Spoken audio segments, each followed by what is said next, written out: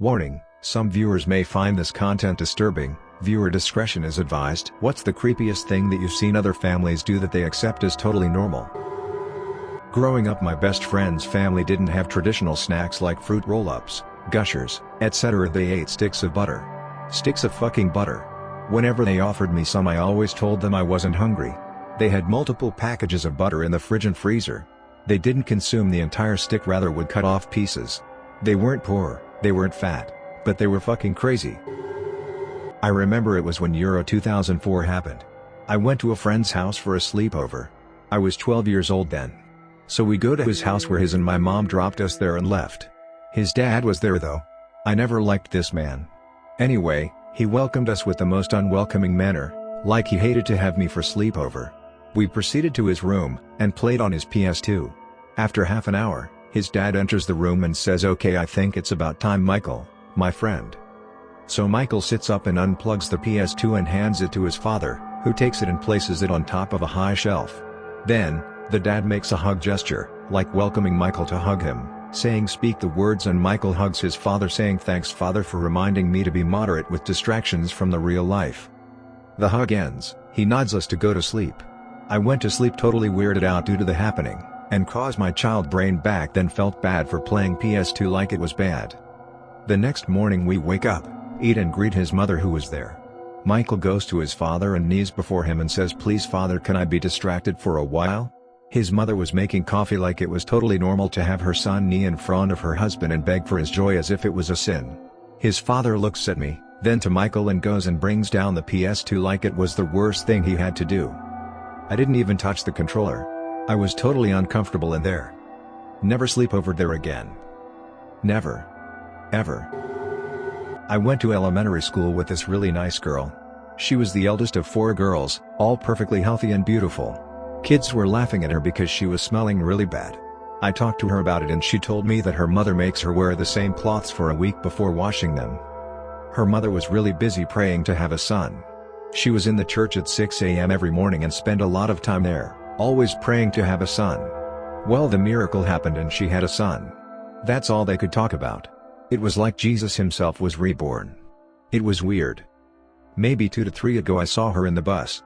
The first thing she told me, after not seeing each other for maybe 30 years, was, "Did you know I have a brother?" I was speechless. Definitely has to be my neighbors when I was younger. I hung out and played with these 3 siblings.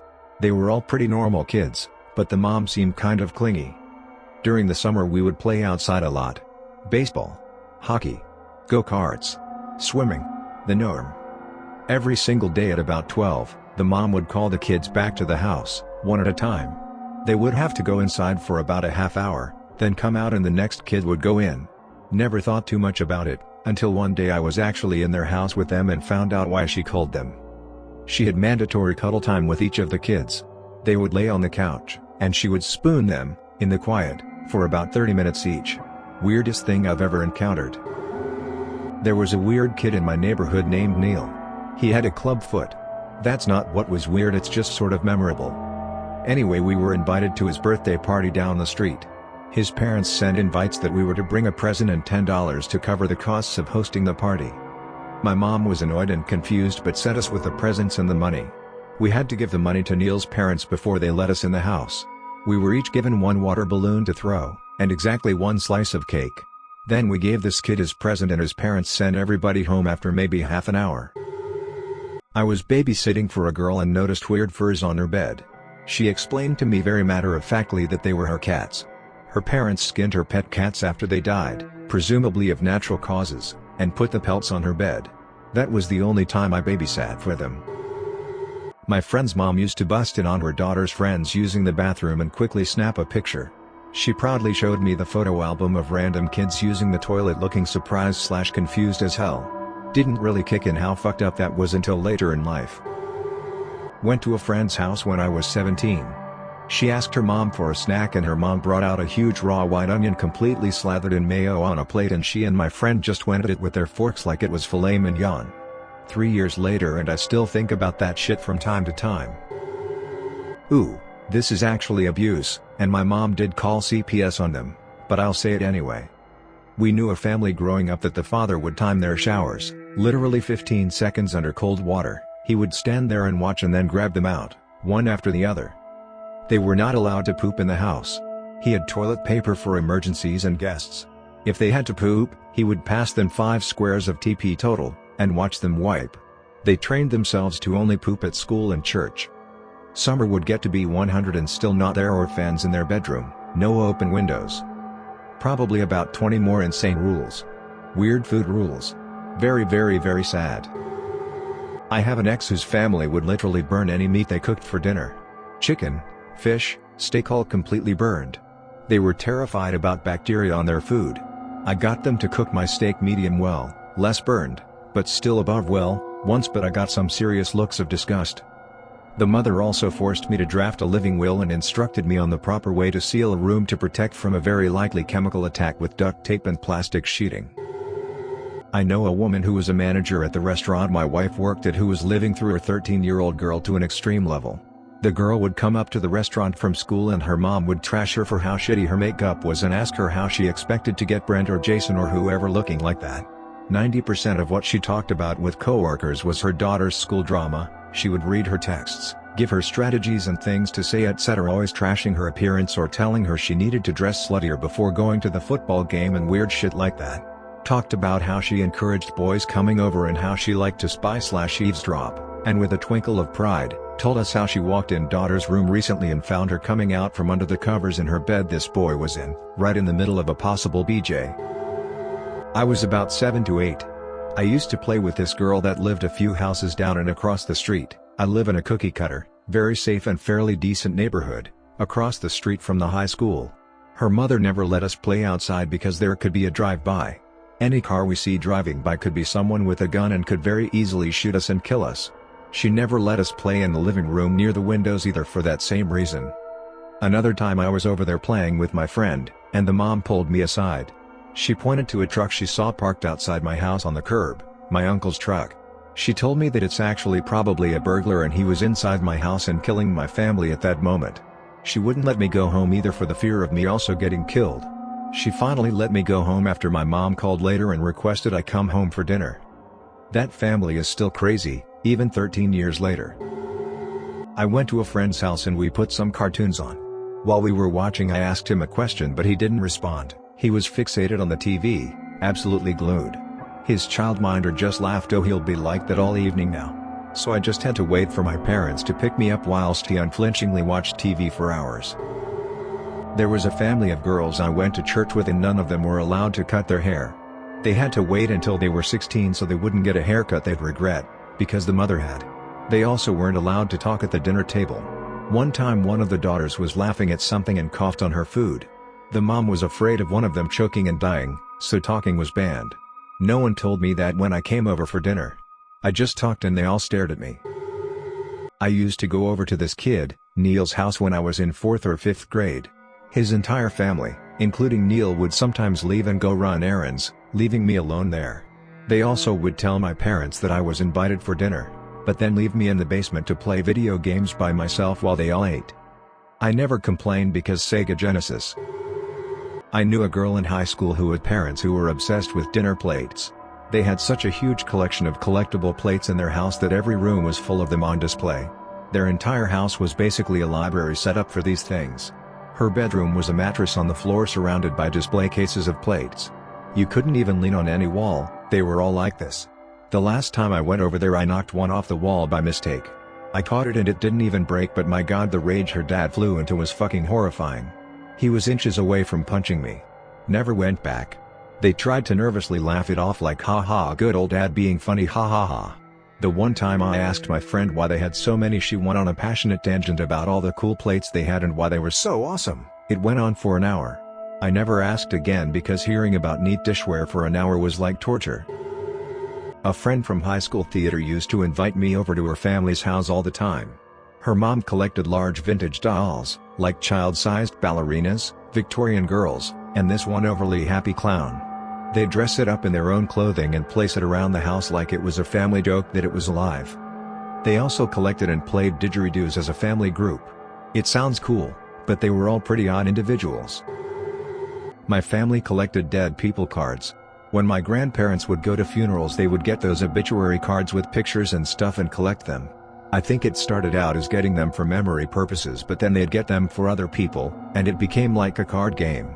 My grandparents and their friends would trade them, and they coveted the ones that had misspellings or limited edition more. Like as one man's name was Hayes but they misspelled it as Hazel, and the ones before the funeral home reprinted them were kind of showed off as a novelty.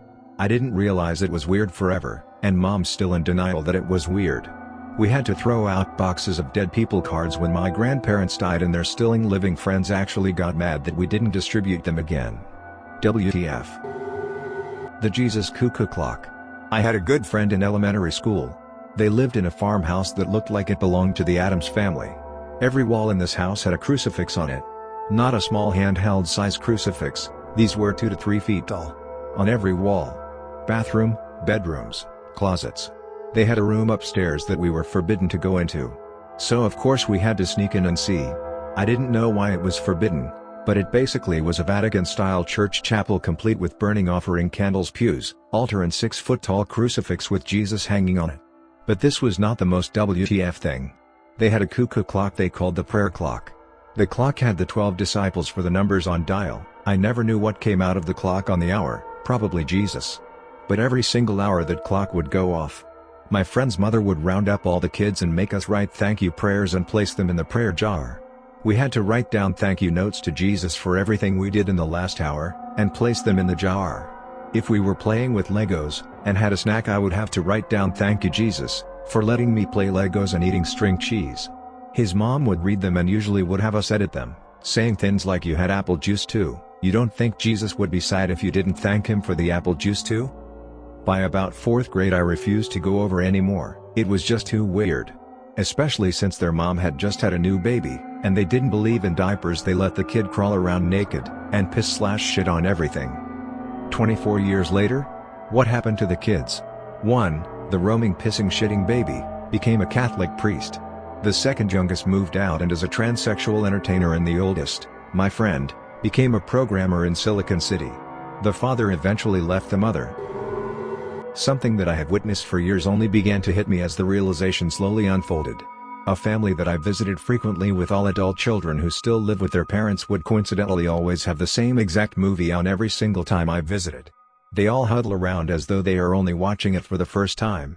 Once, when I actually stayed over for a longer duration, when the movie finally ended, the TV was finally turned off only to be turned on again, and the play button was then pressed for the same movie. I finally realized that this movie is watched multiple times a day, every single day, almost like a ritual, and all the members of the family react the same way to the same scene repeatedly as if they have never seen it before.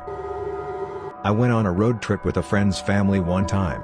It was a 5-hour drive, and the entire time, no one spoke. It was completely silent. No music, no talking, nothing.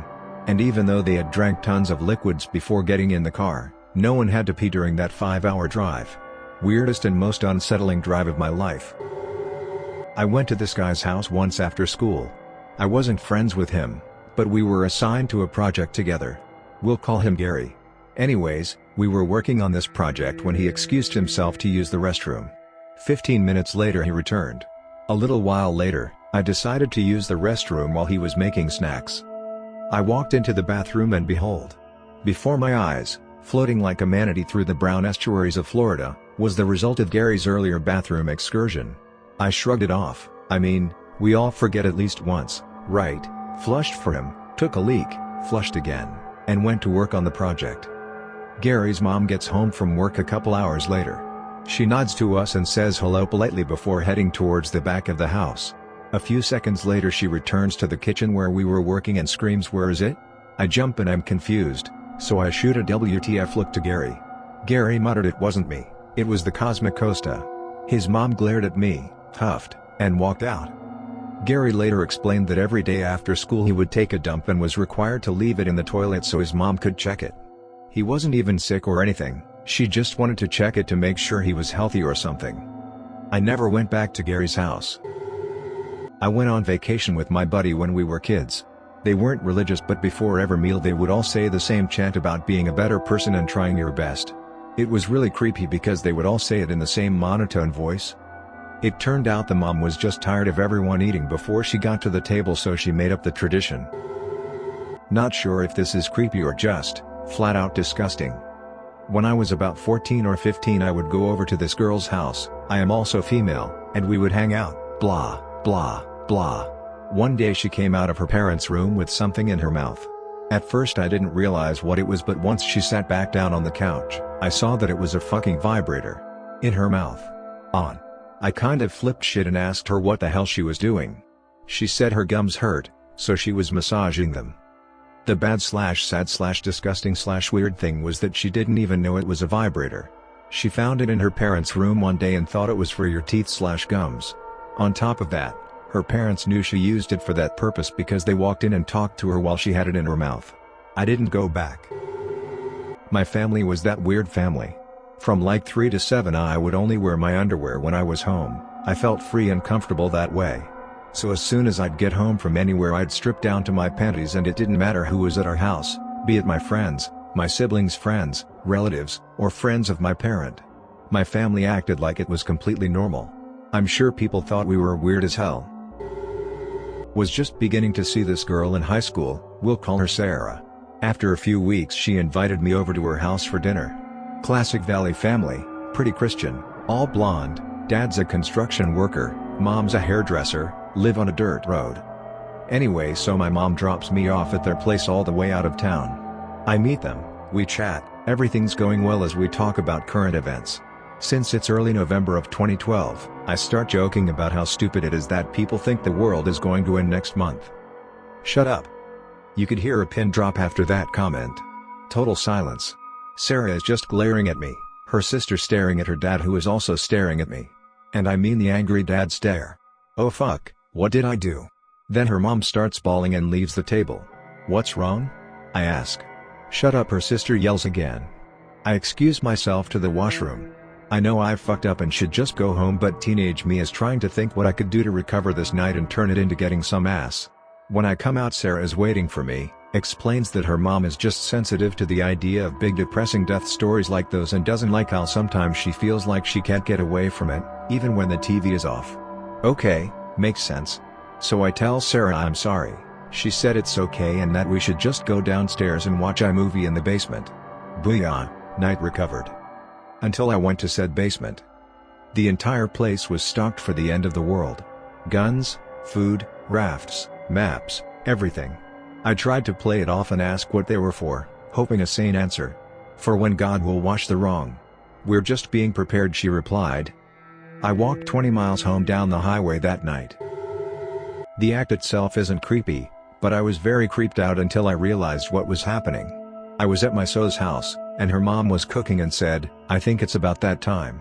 Immediately the entire family, mom, dad, and 6 siblings, started simultaneously mumbling something I couldn't understand.